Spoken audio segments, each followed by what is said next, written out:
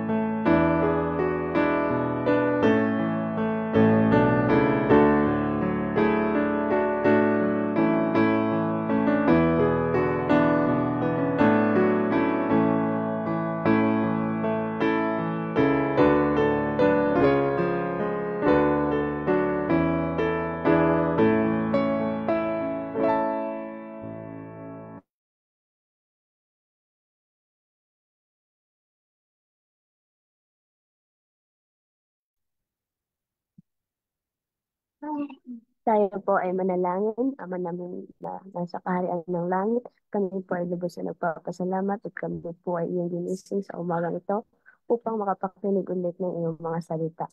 Sa pagsisimula po ng aming devotion ngayong umaga, nawa po ay bigyan mo kami ng kaalaman at karunungan upang amin itong maintindihan at matamin sa aming puso at isipan, maging gabay namin hanggang sa iyong pagbabalik.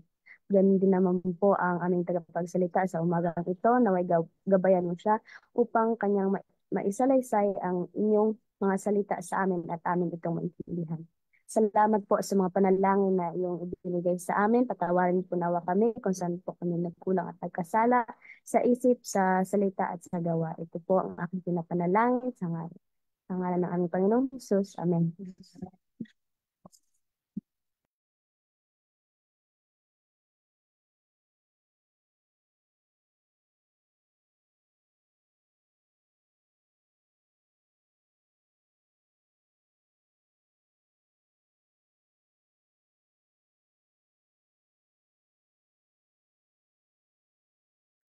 Mapagpalang umaga po sa ating lahat at welcome po sa ating pag-aaral sa umagang ito. It's December 14, ang topic po natin ay Crisis of the Ages. So, mapapakita dito na ano yung mga krisis na mangyayari before sa second coming ni Christ. So, atin po itong tatalakayin at samahan niyo po ako upang atin po itong maintindihan. So, sabi sa ating K-text, sa Jeremiah 30 verse 7, Alas, for that day is great, so that none is like it. It is even the time of Jacob's trouble, but he shall be saved out of it. So mga kapatid, nagpapakita dito na sa panahon ng kabagabagan ni Jacob, sino kaya ang makakatayo dito? So sabi sa ating, the fulfilling of the signs of the times gives evidence that the day of the Lord is near at hand. The crisis is stealing gradually upon us. The sun shines in the heavens, passing over its usual around, and the heavens still declare the glory of God. So, nagpapakita dito na ang mga sinyales ng pagparito o ang mga palatandaan ng ay nagbibigay ebidensya na ang panahon o ang araw ng Panginoon ay talagang nasa pintuan na nga, na malapit ng darating.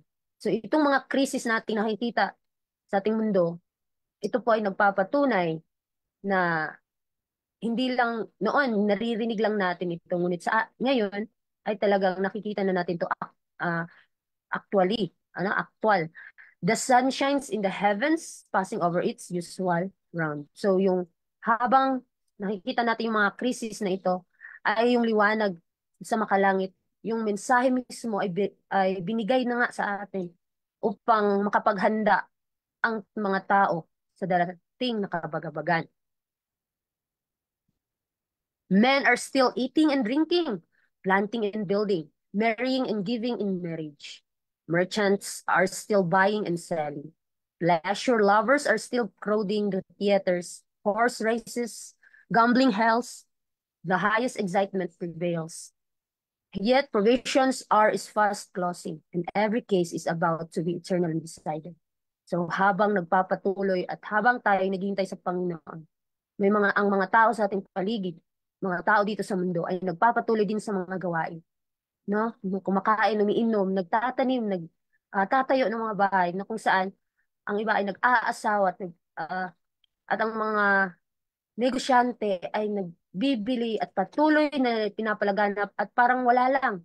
Kung mapapansin natin mga kapatid na kung titingin tayo sa mga makamundong bagay, hindi tayo makakapaghanda sa darating na uh, Jacob's times of trouble. So, habang tayo naghihintay, tingnan natin at magsaliksik nga talaga tayo ng salita ng Panginoon upang malaman natin na ang kanyang pagparito ay napakalapit na. Ngunit kapag ang ating pag-iisip, ang ating mismong puso, ang ating pananalita at ating mga gawa ay nakatuon lamang sa mga makamundong bagay, possible mga kapatid, ay hindi natin malalaman ang kanyang pagparito dahil ang mga taong hindi naghahanda especially our character building, na kung saan, kung tayo ba ay makakatayo sa mga huling araw, paano natin maipapakita ang ating liwanag sa mundo. Kung ito'y nagpapatuloy na nga, yung mga krisis nakikita na natin, ngunit ang ating buhay ay walang pagbabago, ang tanong, paano tayo makakatayo sa mga huling araw? Na ang kaso ng walang hanggan ay nakadecide nga talaga. Na-decide na yan sa ano natin, sa choice na natin mga kapatid. So kung ano yung pinapakita nating gawain habang tayo naghihintay sa ating Panginoon, atin po bang iniisip or gino-glorify ang Panginoon sa mga bagay nating ginagawa? Satan sees that his time is short. He has set all his agents to work that men may be deceived, deluded, occupied, and entranced until the day of probation shall be ended and the door of mercy be forever shut. So, mga kapatid, ang kaaway, nalalaman niya na ang kanyang panahon ay napaka-ikli na lang po. So, doble po ang kanyang pagsisikap na kung saan ang lahat ng kanyang uh, gawain o ang kanyang mga ahente ay talagang pinalaganap na sa mundong ito. Ang mga tao ay talagang na-deceive, na-occupy, and entrance until the day of probation shall be ended. Nakakatakot mga kapatid kapag tayo ay nakatuon sa mga bagay sa mundo at hindi natin napapansin yung mga mga gawa ng kaaway para tayo ay mahulog. At hindi rin natin mapapansin na ang pinto ng awa ay talagang sasarado na. So kapag tayo ay nag-aaral ng salita ng Panginoon, kailangan na ang ating mga puso't isipan ay nakatuon nga lamang sa Kanya.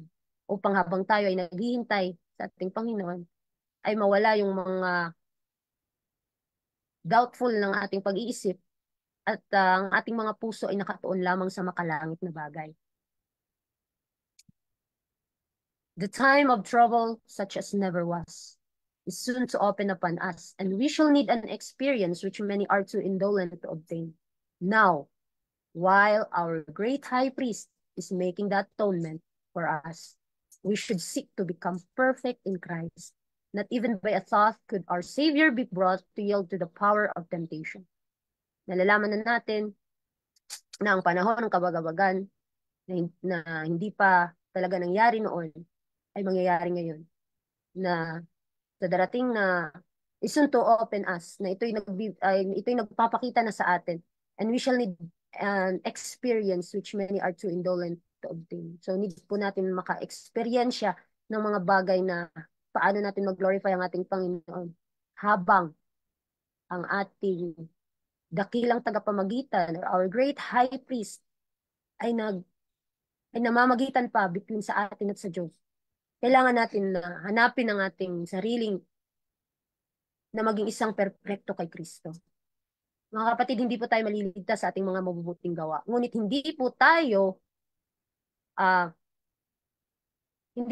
maililigtas kung wala po tayong maipapakita ang mabuting gawa. Dahil ang mabuting gawa natin, ito lamang ay bunga ng ating pananampalataya kay Kristo. Mismo ang Panginoon ang unang gumawa at ang unang binigyan niya tayo ng kaloob ng pagsisisi, at kung magsisi ka, ay itatakwil natin ang ating mga kasalanan at lumakad sa newness of life. So ito po ang dapat nating paghandaan, no? Na maging isang perpekto kay Kristo. Not even by thought could our Savior be brought to yield to the power of temptation. Satan finds in human hearts some point where he can gain a foothold. Some sinful desire is cherished, by means of which his temptations assert their power. But Christ declared of himself, the prince of this world cometh, and hath nothing in me. Mapapansin natin na habang nagpapatuloy yung mga gawain natin dito sa mundo, ang kaaway ay nakahanap siya ng lugar sa puso ng mga tao, na kung saan nakikita natin na habang tumataas yung panahon natin dito sa mundo, napapansin din natin na sobrang sumasama na ang tao. Dahil may mga tao kahit matandang-matanda na, ay gusto pang yumaman, gusto pang makahanap ng gain dito sa mundong ito, na kung saan kahit alam niya na may katapusan nga ang lahat, ang tao talaga ay may hangganan dito sa mundo. Ngunit yung mga sinful desire ay talagang ninanasa o ninanais pa ng puso ng tao, at yung mga bagay na ito'y nagbibigay parang tukso sa kanya, ay kahit nga sa atin, nalalaman natin na tinutukso tayo sa mga bagay na ito. Ngunit ano nga dapat ang ating gagawin to assert their power? But kay Kristo, mga kapatid, dineclare niya na ang kanyang sarili, na kung tayo ay mananampalataya sa Kanya at habang tayo naghihintay sa Kanyang pagparito, yun na nga, sa ating paghahanda ay kailangan nating i-adapt sa ating buhay ang ating napag-aaralan. Kaya nga, wala pong katapusan tong pag-aaral natin. Kahit sa physical na pagngangatawan, kung araw-araw nagugutom tayo, possible na araw-araw din kakain tayo. Yun din po sa ating spiritual na pamumuhay, na hindi lamang sa ating physical tayo nabubusog, kundi ang pinaka-importante ang ating spirito. Dahil mas mapalad yung nag-aaral ng salita ng Panginoon. Kahit na hindi ka kumakain sa iyong physical na pangangatawan, ngunit kapag ikaw ay busog na busog sa spiritual, ay sabi dito na makakapaghanda ka sa mga huling araw. Satan could find nothing in the Son of God that would enable him to gain the victory. He had kept his Father's commandments, and there was no sin in him that Satan could use to his advantage. This is the condition in which those must be found who shall stand in the time of trouble. So, napapansin natin nung ang anak ng Diyos ay naging isang halimbawa natin dito sa mundo. Ang kaaway ay walang nakitang lugar na kung saan para matukso ang anak ng Diyos. Na sa pamamagitan ni Kristo ay tayo ay mananagumpay din sa ating mga temptation at mga pagsubok dito sa mundo. Ano ang dapat natin gagawin? We need to keep the Father's commandments. Sa araw-araw, sabi sa isang quotation na less talk, more in meditation. So kailangan sa ating buhay, kung ano man ang ninanais natin, kailangan na i-meditate nga natin ito at ipaalam natin sa Panginoon kung ano ang dapat nating sasabihin na naluluwalhati ba natin ang Diyos sa ating mga sinasabi. Kasi nag-iumpisa yan sa ating pag-iisip. At kung ito ay naging nakasanayan na natin, ito ay magdidestin nga sa ating patutunguhan. Na kung saan, na kung tayo ay ay titingin lamang sa ating Panginoong Hesukristo, makikita natin mismo ang ating makasalanan. At sa pamamagitan noon, nung nakita na natin na ang ating kaluluwa ay ah, may karamdaman, mas lalo tayong lalapit sa manggagamot na kung saan ay tayo lilinisin at patatawarin at makakahanda sa mga huling araw. Our God shall come and shall not keep silence. He shall call to the heavens from above and to the earth that he may judge his people. So ang Panginoon mga kapatid, kung tayo ay nag-aaral ng kanyang salita, ipapaalam niya sa atin kung papaano o kung kailan siya, ang mga palatandaan na ito ay nagpapakita sa atin na siya ay darating. Hindi po siya mananahimik. Kung tayo ay laging magme-meditate, mananalangin, mag-aaral ng kanyang mga salita, malalaman natin at mapapansin natin na ang kanyang pagparito ay isang kagalakan sa atin. So he shall call to the heavens from above and to the earth that he may judge his people. Tandaan natin na sa mga huling araw, ang unang sasarado ang kaligtasan ay ang kanyang bayan. Ngunit kahit mag-close of probation ng mga kapatid, mapapansin natin na ang mga righteous people ay hindi nila makikita sa kanilang mga sarili ang kanilang kabutihan. Bagkus mas tinitingnan pa nila ang Panginoong Hesus kung ano pa ba ang kasalanan na nagawa. Gather my saints together unto me, those that have made covenant with me by sacrifice. Ang sakripisyo ng ating Panginoon mga kapatid, ito yung nagpapakita na ginagather niya ang kanyang mga pinili, ang kanyang mga banal na bayan, na kung saan ito ay makikita natin na binigyan tayo ng palatandaan kung tayo ba talaga ay kamanggagawa ng Panginoon o tayo ba talaga ay maliligtas. Sabi sa Psalms 53 verse 5. So sa umagang ito mga kapatid, very clear po na ang mga nakikita nating crisis sa ating paligid ay ito lamang ay palatandaan na ang ating Panginoon ay talagang malapit na. Ang tanong, paano po natin maihahanda ang ating sarili sa mga huling araw na ito? Magpapatuloy lamang ba tayo sa ating mga nakasanayang gawa? Or may pagpapatuloy lang ba natin ang yung mga nakasanayan na gawa na kung saan ito yung ginagawa natin noon na hindi pa natin alam ang katotohanan? Mga kapatid, ang ating panahon ay napakaiksi na lang. Ano ang ating gagawin? O paano natin ihahanda ang ating sarili sa pagharap sa ating Panginoong Jesus? So, nawa po ay sa umagang ito ating pong pag-isipan ng mabuti na every now and then ang Panginoon ay nakatingin sa atin. Ano ang ating ginagawa o paano natin siya maluluwalhati? Kaya binibigyan po tayo ng paalala ng Panginoon na sa araw-araw nating pamumuhay, habang tayo naghihintay sa Kanya, humingi po tayo ng gabay kung ano ang dapat nating gagawin o paano natin siya mag-glorify.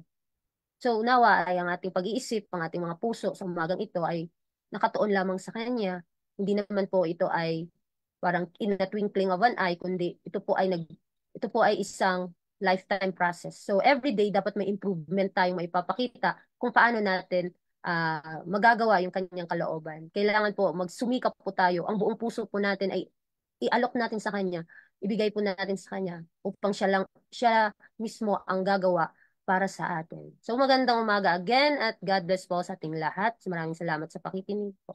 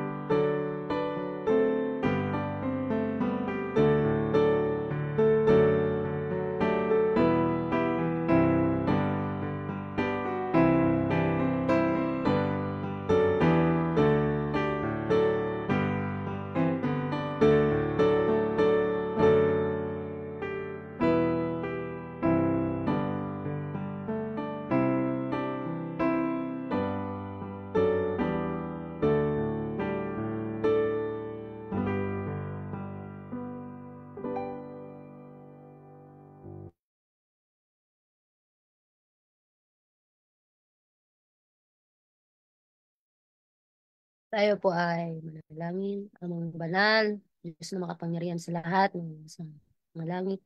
Purihin ang pangalan mo. Maraming salamat, Panginoon, sa buhay at lakas na niyo pong pinagkaloob sa amin at sa panibagong umaga na kami ay magpapatuloy sa aming mga gawain at sa salita niyo po na nagpapaalala patungkol sa inyong pagparito. Tulungan niyo po kami, Panginoon, na sa pang-araw-araw ay makapaghanda po kami sa aming mga gawain at lalo na sa pagharap sa inyong harapan.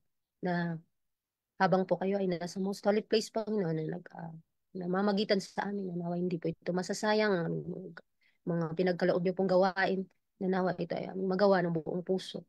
At ikaw po ang aming paglilingkuran sa araw-araw. Tulungan niyo po ang aming mga kahinaan na sa pamamagitan ng banal na biyaya niyo po ay amin po itong mapanagumpayan.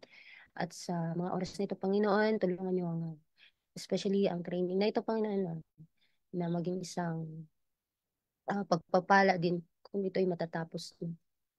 Maraming salamat o Diyos sa lahat ng bagay na inyong pinagkaloob sa amin at sa mga pagkain at tubig na inyo pong binigay sa amin. Ito ay nagbibigay din po ng sustain habang po kami ay nagpapatuloy sa inyong gawain.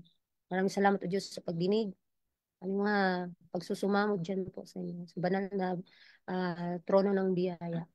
Patawad po sa lahat ng aming pagkukulang. Linisin niyo po ang aming mga puso at isipan upang ito ay at gamitin niyo po kami sa araw-araw na gawain. Salamat, Panginoon, sa pagdinig nito at sa pangalan ni Jesus naming tagapagligtas. Amen.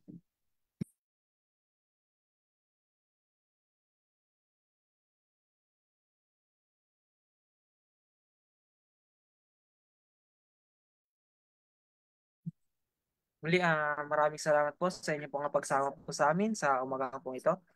Amin po kayong inimbitahan para naman po sa ating mga online worship sa mamayang gabi, para naman po sa ating evening devotional sa ganap na alas 6. At sa araw naman po ng bukas sa ating pong morning devotional sa oras ng alas 5. At sa gabi naman po para sa ating vesper worship. So muli, magandang umaga po sa ating lahat at God bless.